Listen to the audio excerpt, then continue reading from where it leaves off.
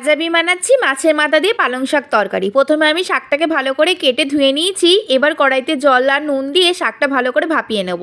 ততক্ষণ আমি এখানে পালং শাকের জন্য নিয়েছি আলু, বেগুন, কুমড়ো, চেরা, কাঁচা লঙ্কা আর পেঁয়াজ।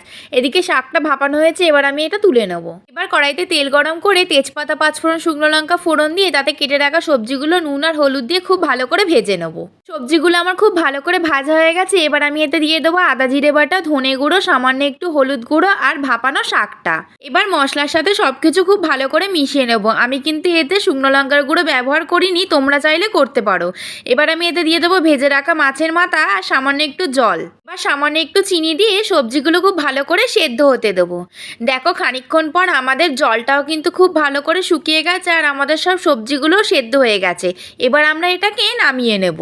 এরকম পালং শাক চচ্চড়ি হলে কিন্তু এক থালা ভাত এই দিয়েই খাওয়া হয়ে যাবে। রেসিপিটি তোমাদের কেমন লাগলো অবশ্যই কিন্তু কমেন্ট করে জানাবে। ভিডিওটি ভালো লাগলে চ্যানেলটিকে সাবস্ক্রাইব করে দেবে।